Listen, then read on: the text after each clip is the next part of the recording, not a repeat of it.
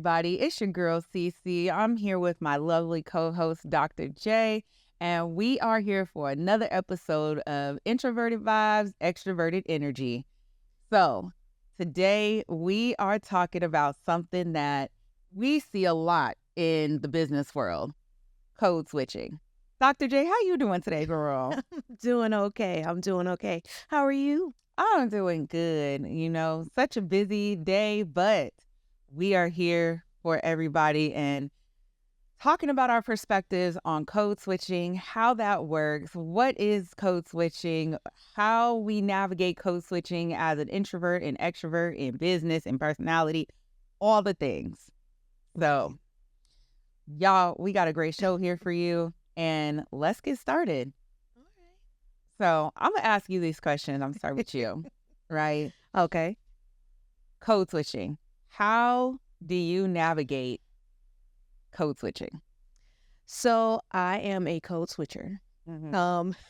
Because me in my personal life is very different from me in business. So just starting with personal, I'm from the South and I have an accent and a drawl. And even being in these parts of Arizona, I feel like I have to code switch sometimes just for people to understand me and, get to know me. Yeah. I think, too, the probably a good thing to give the audience. So if you don't know what code switching is, it's really someone changing their dialect or their personality or the way they present themselves in order for people to feel comfortable with them. So in my personal life, I do that. My voice will change depending on who I am talking to because I am from the South. And, there's some misconceptions or some opinions about Southern people. Yeah. So I see that on the personal side. When it comes to business, I definitely do it. And it's also, there's two different dynamics to that, though. Because of my Southern drawl, I oftentimes change in the way that I speak, but also in the way that I present myself. Being a Black woman in corporate America, there's already a misconception coming in the door. So there's that code switching for people to feel comfortable with you in those spaces so they don't see you as aggressive or they don't see you in a manner of which they think Black women, should be in. Right. Or how Black women act in certain spaces. So I find myself doing that quite often. But as an introvert, I don't think I code switch. It's just that's who I am. But I can see too where some people may not believe that I am an introvert because I feel like maybe in my younger days I may have been a little bit more out than I am now in my older age, and that's who they knew me back then, and now I have changed. So I don't necessarily consider that code switching. It's just me maturing and coming into who I am. Right. I definitely can see how that happens. Y'all, listen. Knowing Dr. J on a personal level, yes, you could definitely tell the difference. I could tell the difference in the way that you talk, when it just be us just hanging out. And I'm like, that Southern swang is coming out just in conversation versus when we're in business spaces. I do see a difference in your conversation, but I look at it as when we at your house or you're at my house and we just chilling, that's just us shooting the shit. Right. Versus when we're in business settings, there's a level of softness that you have to you that's it's this relaxing. You just also have this soft voice. I don't know why I hear that all the time too. Y'all, she bringing out that ambitiously Dharma all throughout the calls and stuff, but I do hear it a lot. And then when people ask me about you or they say any feedback about you that they give me, it's that your voice is very soft and you're very patient. Those are the two biggest things that I always hear about you. Just from that perspective. So, which is crazy because my family will probably tell you different. But I try to remain calm and patient in certain, situations with them too. But the way I talk with them, and even with you, the way, outside of this, because I feel like even now I'm not even, talking like Shay would. So Shay is my nickname that my family calls me. So Shay is very different than Manina or Dr. J. So my family would have a different perspective. The way I am in my code switching. I definitely can see just thinking about would they be like, Shay? I see that. Shoot. So what about you? Now I'm thinking, is there a difference when it's Cece and Sierra? Is there a difference there? Like you saying that just kind of triggered that. For me, I definitely code switch, but a lot of people, I've always heard when I was younger that I have a Valley Girl voice and that. Correct. That is true. And I think that kind of like made me change a little bit about like how my dialect and stuff. But, I can't help that I have that and everything. So I just try to stick to that. But I do know that there are some things that I say that are not as proper, but I do talk proper a lot. Like even when I'm mad, I talk proper. And when I'm in a joking mood, I still talk proper. I've always talked proper. So then I tried to find the difference. Am I code switching or do I just always talk proper? And, I could be around, like a part of code switching is culture appropriation. And a part of it is like respecting other people's cultures and things like that. So when I do talk a little Spanish when I'm around Hispanics, does that mean code switching or am I just trying to show that like I know a little Spanish? Like, I don't know from that perspective what it is, but I do know I code switch. In professional settings, I do use different language, but I feel like I still talk. I guess this is part of the extrovert in me, that I say a lot of stuff that just comes to my mind. Right. I don't take time to think it through. I just be blurting stuff out. And I think that's where I stopped the code switching piece from in an extroverted way. I have to go back and think about stuff later, but at the time, it's just going to come out the way it comes out. I don't care if I'm in front of a CEO or I'm in front of my homegirl. Like, it just happens. Yeah. Well, now that you say that, let me take my words back because I feel like as an introvert, I do pause and think about what I'm going to say before I say it in a business setting. Now, like you, I am thinking in my head, like, this what they talking about.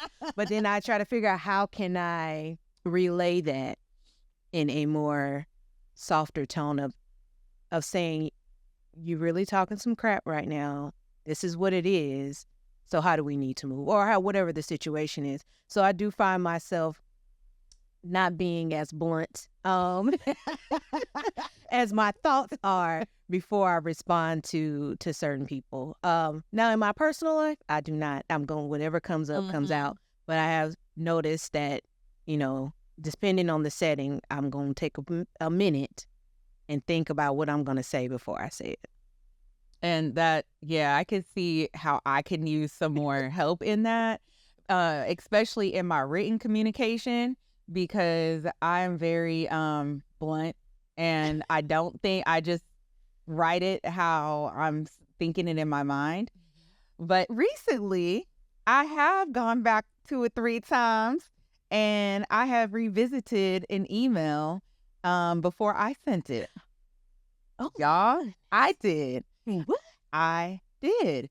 I reread the email and a few times and like, okay, I need to change these words. This do sound like real straight to the point. It don't have no feeling in it, but I'm not an emotional person. So I'd be like, how do I get past this in code switching in my email communication? Because then I don't want to feel not authentic. And I think that's where like code switching can be looked at as a negative thing where, people are thinking that if you use code switching, it's negative. Right. And I don't necessarily think that. I think if you use it too much, it could start to get people to think about, like, are you really being who you are? Like, now at this point, I don't even know your personality for real. But I think some code switching is okay. What do you think?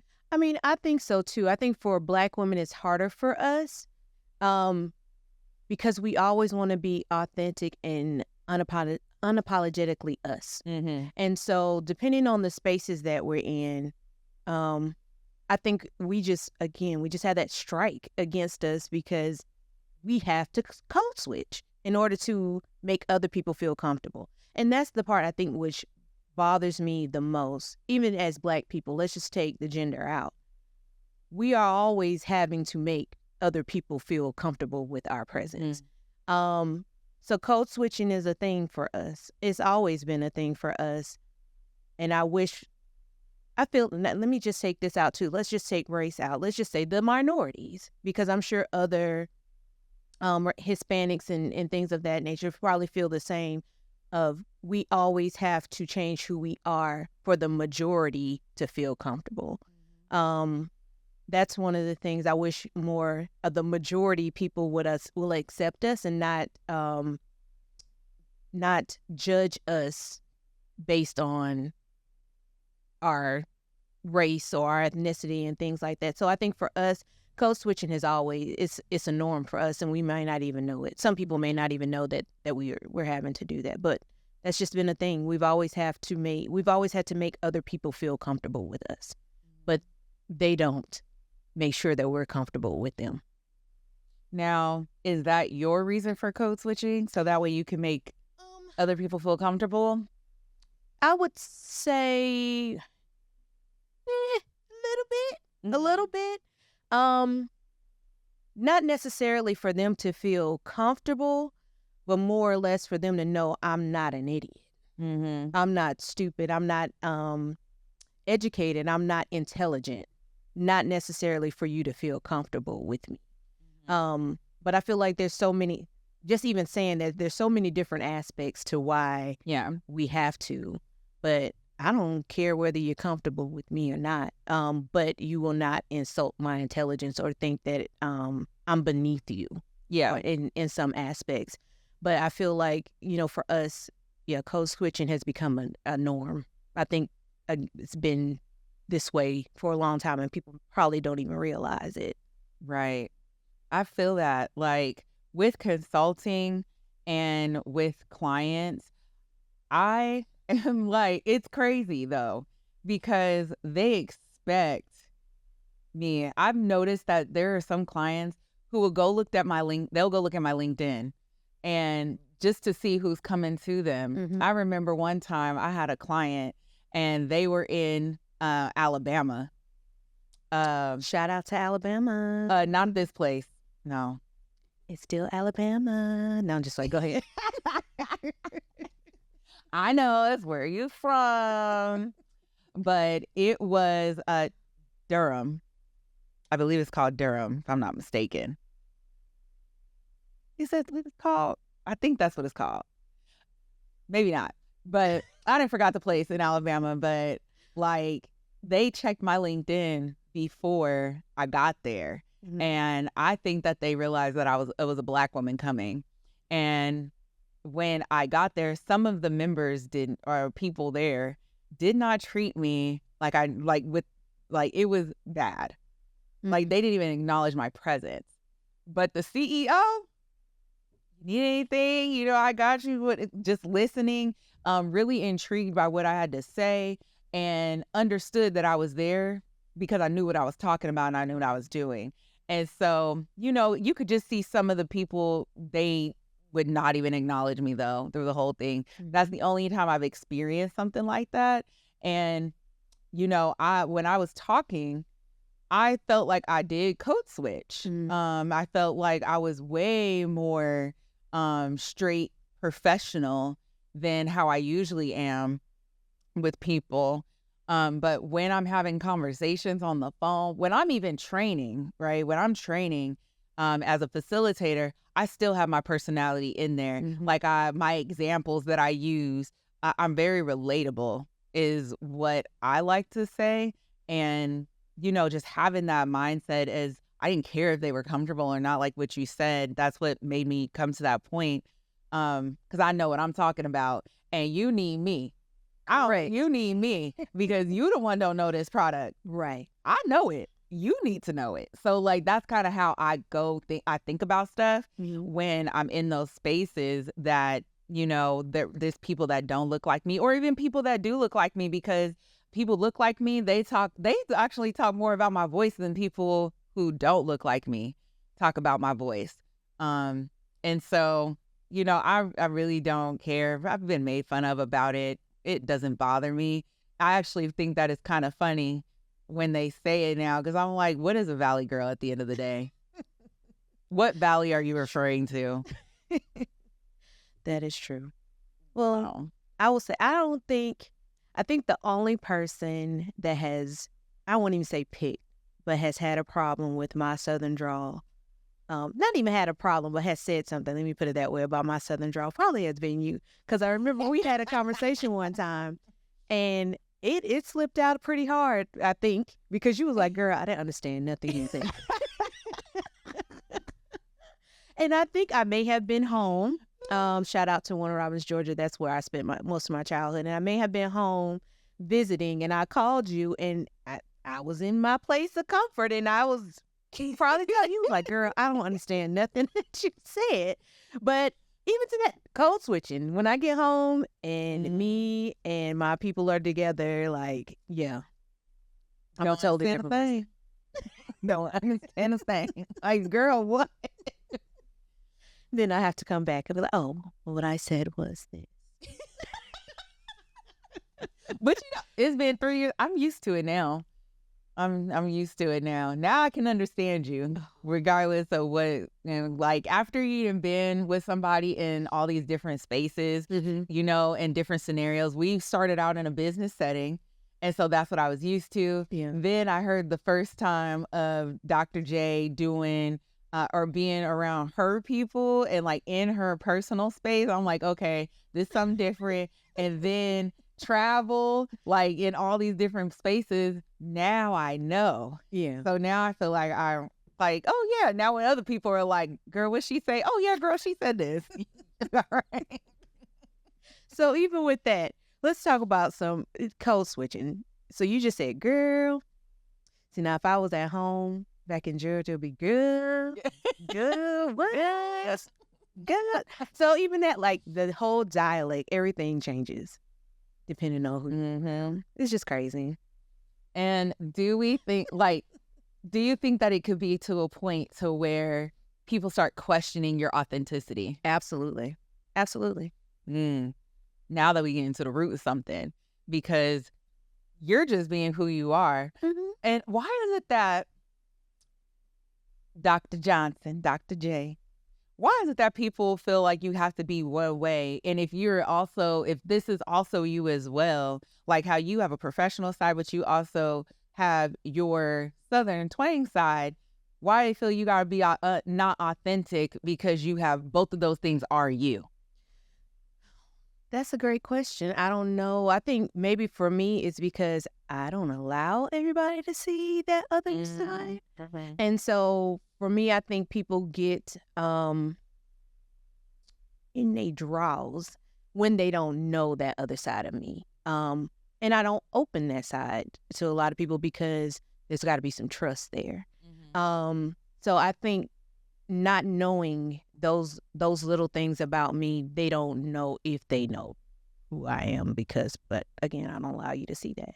Only thing you need to see is Menina or Dr. J that's doing the business. That's the only relationship I have with you.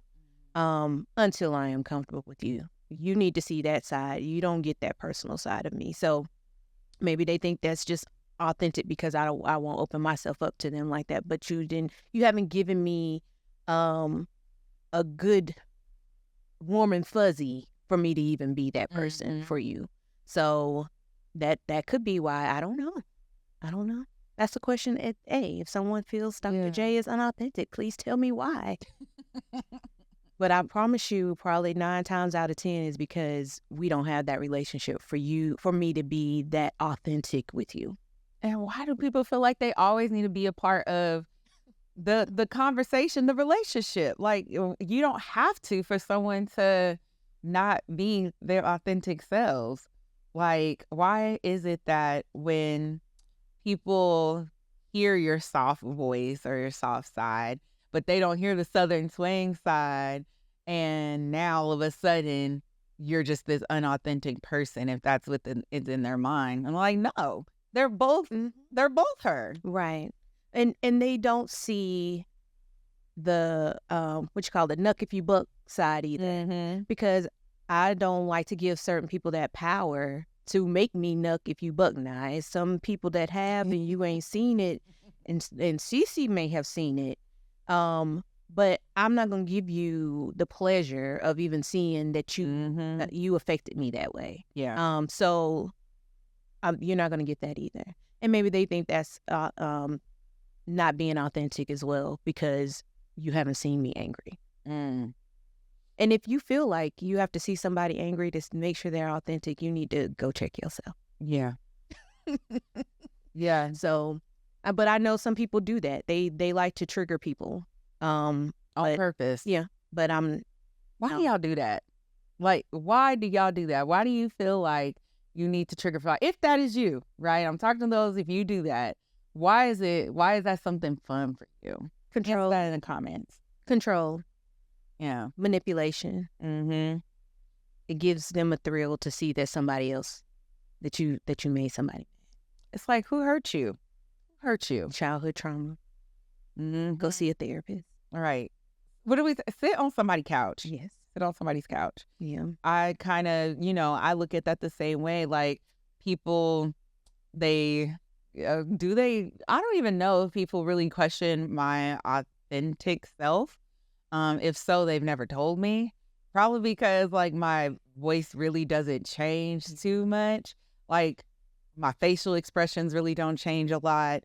And the way I talk, I think I talk the same way in a lot of spaces.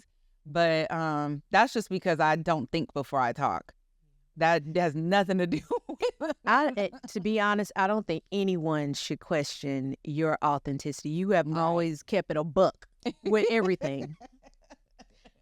What you see is what you get, and Cece's gonna say what she gonna say. So if anybody feels they don't know you, yeah, they don't know me.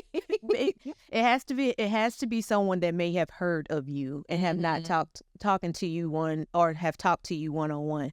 And I feel like anyone that you have talked to knows that you're gonna give them all that you need to give them in that moment of conversation. So yeah, I don't know if you would get that. And if you feel that way, put that in the comments. I need to know who you are. Show yourself, because that is something that I could say, like, I've never had that before. I've never had someone say, like, call me like fake and things to that nature. I know that the only thing I've ever heard about my voice is that I sound like a Valley girl. And that's it. Even when it comes to my code switching, I don't know if it's because I don't, I code switch, meaning I do change some of my vocabulary, but that's about it. My voice, though, my tone, the rate, like all those things that people look at when they're code switching doesn't change at all. And maybe that's where it comes from. But then, like, you got to know those things, or, like, studying human communication, that's something I studied, was the rate, the tone, the speed of people's voice and the influxations of those things. So when I look at those influxes, I'm like, lie to me if you want to, right? But like, I study body language. Like, no, you can't. But looking at those things from other people, I don't know. Those things don't change for me. So maybe that's it. I need a ambitiously Dharma voice, though. Oh. Well, I mean, I don't know where this has come from. Outside of my southern drawl, this is my voice. Girl, wait a minute. You just have me think about something. You know what I got, though? What I did hear that I have a long time ago. This is when I was first starting out my career. I have a very nice call center voice, like a call center operator. voice. That is that I do have a really nice one of those voices. You do. You do. Man, that's crazy. I just remembered that. Bringing back old memories. Yep. Call center. You are a great MC. Yeah, that's true. I think I'm a really good MC. Yes. And it's fun. Fun. Look, y'all need to see book me. No. Hype girl. Yeah. Yeah. Me. Ping on. But you know what? It's, that's just how our personalities are.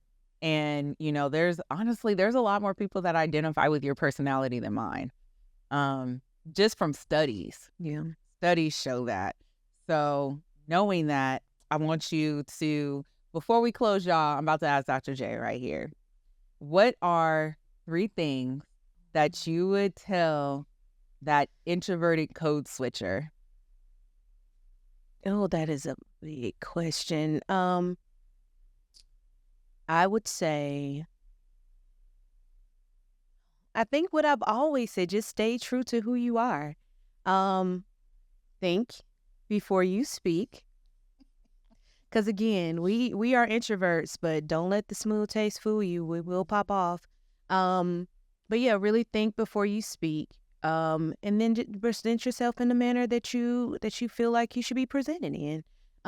That's the main things. I just really want introverts to really be comfortable with themselves. There's nothing wrong with you. There's nothing wrong with your quiet, reserved demeanor.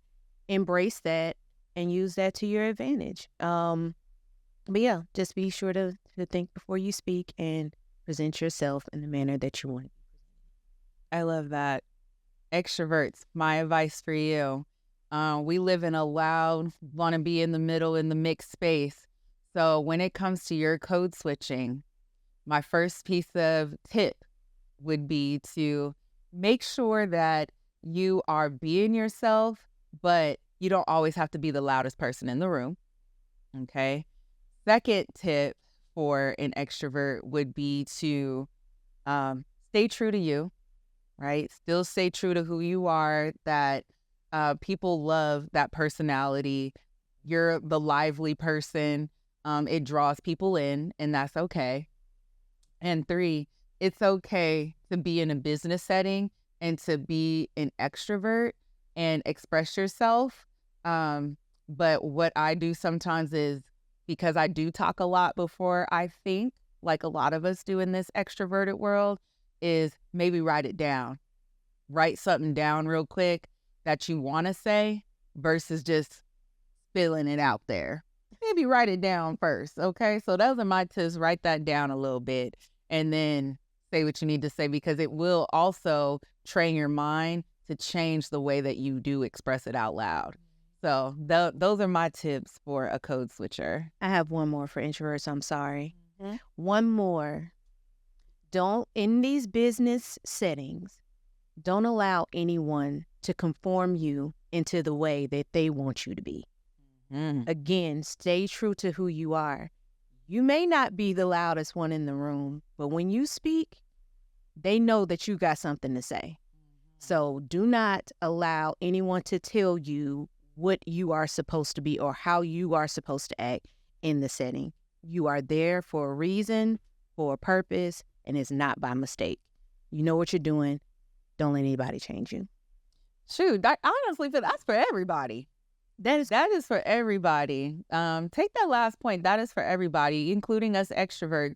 What you got to say is powerful. Yeah. And know that and stand on that 10 toes down. Even if you do happen to be a little louder, the center of attention, it's okay. You still know what you're saying, you know what you're doing, and you know who you are and what you bring to the table. Absolutely. Just have your seat at it and make sure you bring a plate. That's all. On that note, we gonna head out for this episode. Thank y'all so much for tuning in today. Yes. We look forward to seeing y'all next week over here on Introverted Vibes and Extroverted Energy. Bye. Click like, follow, and subscribe.